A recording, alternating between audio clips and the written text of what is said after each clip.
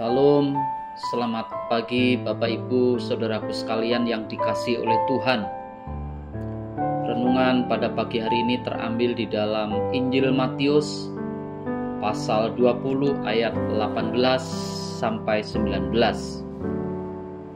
Sekarang kita pergi ke Yerusalem dan Anak Manusia akan diserahkan kepada imam-imam kepala dan ahli-ahli Taurat, dan mereka akan menjatuhi dia hukuman mati, dan mereka akan menyerahkan dia kepada bangsa-bangsa yang tidak mengenal Allah, supaya ia diolok-olokkan, disesah, dan disalibkan, dan pada hari ketiga ia akan dibangkitkan. Saya memberikan tema kebangkitannya memberi harapan orang percaya. Kematian dan kebangkitan Yesus Kristus sulit dimengerti oleh manusia. Sebagai orang Kristen, kita percaya bahwa Allah mewahyukannya di dalam Alkitab.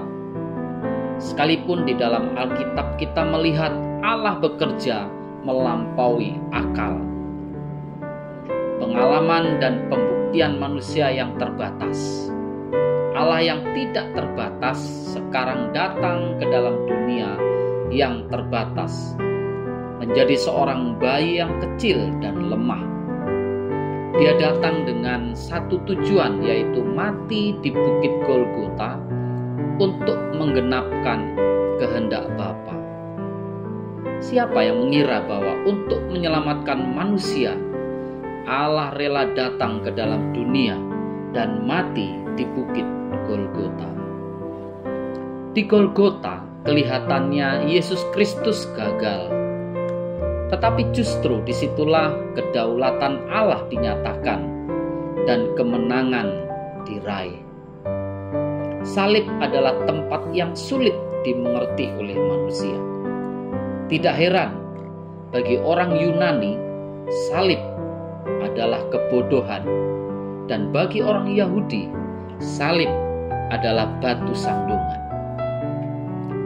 Namun di dalam hikmat Allah, salib adalah kekuatan Allah yang menyelamatkan. Karena melalui kematiannya, Kristus sudah mematikan kuasa kematian. Drama keselamatan ini tidak hanya berhenti pada titik kematian Kristus. Alkitab mengatakan Kristus bangkit dari antara orang mati. Kebangkitan Kristus merupakan peristiwa penting dan sentral dalam kekristenan yang dicatat dalam Alkitab.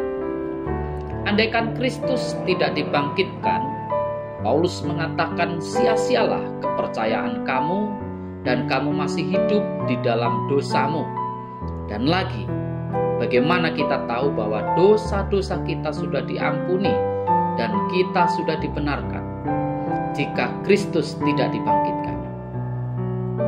Jika Kristus tidak dibangkitkan, kelahiran dan kematiannya tidak ada gunanya. Alkitab mengatakan dengan tegas bahwa Kristus bangkit.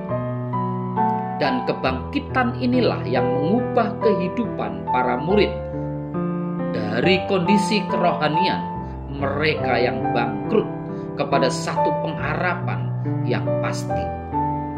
Di samping itu, kebangkitan Kristus juga menjadi dorongan bagi mereka untuk menggenapi visi dan misi yang Tuhan berikan kepada para murid untuk memberitakan Injil kepada semua bangsa dan menjadikan semua bangsa murid Tuhan.